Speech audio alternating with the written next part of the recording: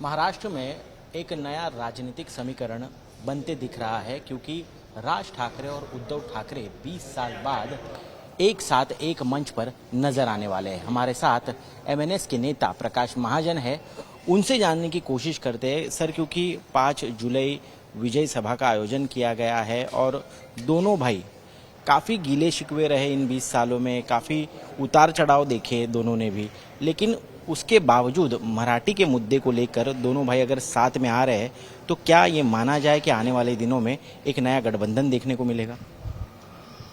जरूर, कम से कम एक ख्वाबे शहर तो देखा है। जिस रास्ते को कभी न देखा उस रास्ते पे तो कदम रखा है। मराठी भाषा हो, मराठी संस्कृति हो या मराठी मानुस के जो हक है, उसके लिए अगर ये सब इकट्ठे होते हैं बहुत अच्छी बात है, ये ज़रूरी भी है। क्योंकि पिछले कुछ दिनों में हमें ऐसा लगता था कि हम किसी के पास गिरवी है, हमारे खुद का कुछ वजूद नहीं है और इसलिए लोग थोड़ा बेचैन थे। अब कोई किसका बच्चा किस स्कूल में पढ़ता है, ये मुद्दा तो कोई किसी भाषा को जबरदस्ती लादने का तो नहीं हो सकता है ना जी। और राजनीति में आप किसके घर तक, किसी के परिवार तक क्यों जाते हो? वो गलत है ना। किसका बच्चा कहाँ पढ़ा इसलिए आप हमको जबरदस्ती हिंदी पढ़ाओ। हमारा ये कहना है कि पहली कक्षा से लेकर 5वीं कक्षा तक तीसरी भाषा नहीं रहे। इसके लिए आप कहाँ कहाँ तक जा रहे हो? अगर फर्ज करो हम अगर वहां तक पहुंचे तो कैसा लगेगा? आप तो बड़े इससे घोषणा किए कि ऊपर नरेंद्र, नीचे देवेंद्र और पार्टी में रविंद्र, और विचार में इतनी दरिद्रता क्यों? फिर वो हिसाब से विचार भी रखो ना। विचार नहीं रखते हो आप। लेकिन सरकार ने निर्णय को तो स्थगित कर दिया है, एक नई समिति भी बनाई है। वो तो वही तो बात है कि आप नई समिति बनाए क्यों? अब जिस व्यक्ति के अध्यक्षता में आप बनाए उनके बारे में मुझे कुछ कहना नहीं। पूना निवासी उसके बारे में बहुत अच्छा कहेंगे। जब आपको हमारा ये कहना है कि पहली कक्षा से लेकर 5वीं कक्षा तक अगर हिंदी नहीं चाहिए तो फिर आपने ये समिति गठित क्यों की? क्योंकि आपको कुछ दिन निकालना है, लोगों को भ्रमित रखना है।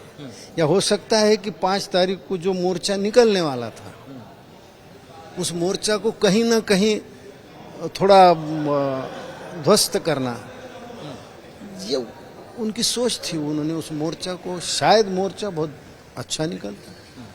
और पहली बार मैं कम से कम 1970-71 से राजनीति को बहुत करीब से देखता हूँ।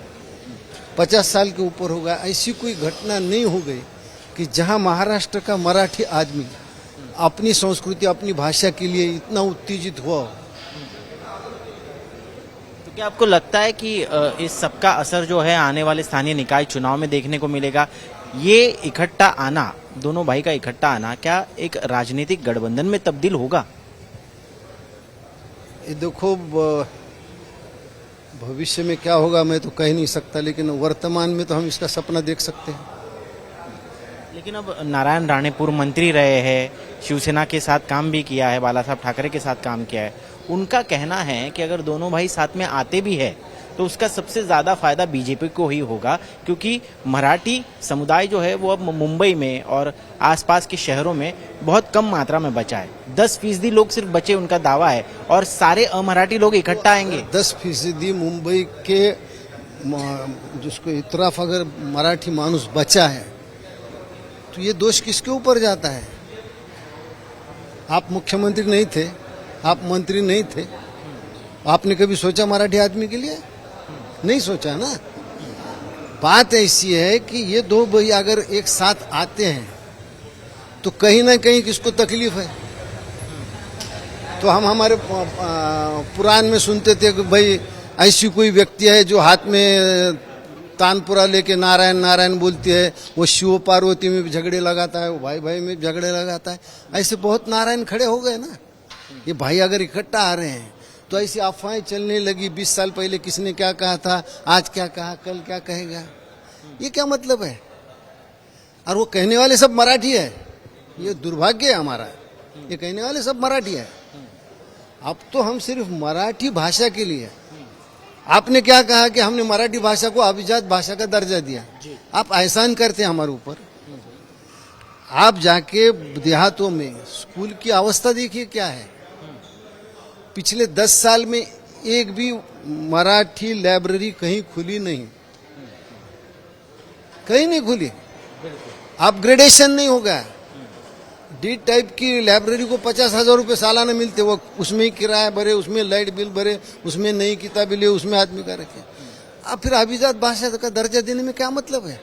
लेकिन यही शिवसेना, यही उद्धव ठाकरे भी तो बीएमसी में और कई सारी जगहों पर सत्ता में थे, कई सालों से सत्ता में थे। वो ठीक है, वो नहीं कर सके। अगर इस बहाने वो अपनी गलती सुधार रहे हैं तो आपको क्यों तकलीफ हो रही है? ये देखो, तो कर्ण भी दोषी था जो द्रौपदी के वस्त्र हरण के लिए खामोश बैठा। जो खामोश बैठे वो भी दोषी है, और आज बड़ी बातें कर रहे वो भी दोषी है। वो टाइम वो भी खामोश बैठे थे। अच्छा, एक सवाल और एक पूछना आपको, ये कि मीरा रोड में जिस तरह से एक दुकानदार को मराठी नहीं बोलने आ रहा है इसीलिए पीटा गया, क्या ये वाजिब है? क्या इस तरह से लॉ एंड ऑर्डर सिचुएशन पैदा नहीं होगी? मैं क्या बोलता हूँ, पीटना गलत है, लेकिन उस आदमी ने जिस भाषा का प्रयोग किया वो भी तो गलत थी। और हमारे ठाणे जिले के नेता अविनाश जाधव और उस आदमी की मीरा रोड पुलिस स्टेशन में मुलाकात हो गई, दोनों में सुलहनामा हो गया। कल सुबह जाके मंदिर में एक दूसरे की माफी मांगना ये भी तय हो गया। फिर भारतीय जनता पार्टी के लोग मोर्चा निकालने में इतना क्यों आमदा है, बोलो ना। एमएनएस के कुछ नेता तो अभी भी बोल रहे हैं कि अगर मराठी का अपमान होगा तो हम लोग ऐसे ही पीटेंगे, कान के नीचे का अपमान क्यों करते हो? आप बाहर से आए हो, हमारे यहाँ दुकान लगाते हो, महाराष्ट्र की हर सेवा लेते हो, आप इलेक्ट्रिसिटी लेते हो, पानी लेते हो, रोड यूज करते हो। अच्छा, आप गेहूं बेचते हो, आप चावल बेचते हो, आप दाल बेचते हो, आप गुड़ बेचते हो, आप चीनी बेचते हो, वो तो सब महाराष्ट्र में होती है, लेने वाले भी महाराष्ट्रियन है। तो फिर आपको मराठी बोलने में क्या दिक्कत है? किसी उद्योगपति ने कहा है, उसका नाम तो मैं नहीं जानता, कि मैं मराठी नहीं बात करूंगा। अरे तेरे को बाहर मराठी बात करना पड़ेगी, घर में तू क्या बात करता है पता नहीं है ना। लेकिन इस तरह से बात करते हो आप, तो ये कितना गलत है। आप अगर कर्नाटक में जाओगे और आपका एक्सीडेंट होगा तो आपका एफआईआर कन्नड़ में ही लिखा जाएगा,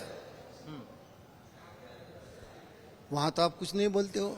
आप आंध्रा में जाते हो, वहां भी तेलुगु में लिखा जाएगा। आप महाराष्ट्र में इतनी सालों से रहते हो, यहाँ पैसा कमाते हो, यहाँ के लोगों के साथ बैठते उठते हो, तो आपको क्या दिक्कत है? राज ठाकरे साहब ने एक बार क्या कहा था, जो सीमावर्ती इलाके से लोग आए थे, कि आप कर्नाटक में रहते हो तो आप कर्नाटक भाषा सीख लो, उन्होंने ये कहा था। अब यहां रह के भी अगर कोई उद्योगपति पैसे के बल पे, अपने राजनीतिक रसूख के बल पे अगर ये कहता है कि मैं नई बात करूंगा, ये तो कौन सहेगा इसको? ये बात अगर तुम तमिलनाडु में जाके कहो।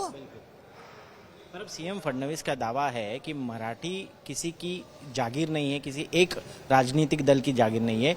50% से ज्यादा मराठी लोगों ने बीजेपी को वोट किया है, ये दावा है उनका। मैं वही तो कह रहा हूं भाई, आपकी भी जागीर नहीं है। वो जो खुद की जागीर समझ रहे वो भी उनकी भी जागीर नहीं है। वो मैं भारतीय जनता पक्ष के बारे में कुछ कहना नहीं चाहता हूं, वो बात विषय अलग तरफ जाएगा। अरे जिस प्रांत में रह के जो लोग मराठी नहीं सीखते हो तो उनके बारे में हम क्या कहेंगे? आप 50 साल से रह रहे हो, आप 100 साल से रह रहे हो, आपको मराठी नहीं आ रही। हमने क्या अपेक्षा आपसे की? हमने तो इतनी अपेक्षा की भाई हम तुम्हारी दुकान पे जाएंगे तो आप मराठी में बात करो, इससे तो कोई और नहीं किया था ना। लेकिन कोई उद्योगपति अगर मेरे नेता को धमकाता है तो फिर मैं क्या करना? खामोश बैठूंगा? मैं खामोश नहीं बैठ सकता ना। आप मुंबई में रहते हो, यहाँ की आबो हवा में पले हो, यहाँ का पानी पीते हो, यहाँ म्यूनसिपालिटी की हर फैसिलिटी आप लेते हो। पुलिस कंप्लेंट कर सकते कि आप जाके पीटोगे उसे, कानून हाथ में ले। देखो मैंने पहले भी क्या कहा, पीटना गलत था, लेकिन क्या हो गया वहाँ वो भी हमको पता नहीं है। पीटना गलत है, मैंने कहा पीटने का समर्थन किया है। हमारे नेता अविनाश जाधव वहाँ गए थे, सब बात भी हो गई, जिस आदमी के साथ जो वो वाकया हुआ उससे बात भी हो गई, लेकिन उसको तुल दिया भाजपा वालों ने। क्यों देना है? उनका राजकीय मतलब है, उनका राजकीय मतलब है। ये गलत है। अगर आप मराठी हो और फिर भी आप ये कहते हो कि 50% मराठी, तो आप जिन मराठी लोगों ने आपको वोट दिया है आप उनके साथ भी धोखाधड़ी कर रहे हो ना। धन्यवाद प्रकाश महाजन जी हमसे विस्तार में बात करने के लिए। और हम साफ तौर पर यहाँ पर देख रहे हैं कि किसी तरह से भाषा की राजनीति हो रही है और हर राजनीतिक दल अपना फायदा इसमें देख रहा है। लेकिन कल क्योंकि दोनों भाई इकट्ठा आने वाले हैं, क्या इससे एक नया राजनीतिक समीकरण महाराष्ट्र को देखने मिलेगा, ये तो आने वाला वक्त ही बताएगा। कैमरा पर्सन मंदार चौहान के साथ मैं ऋत्विक बालेकर, मुंबई आज तक।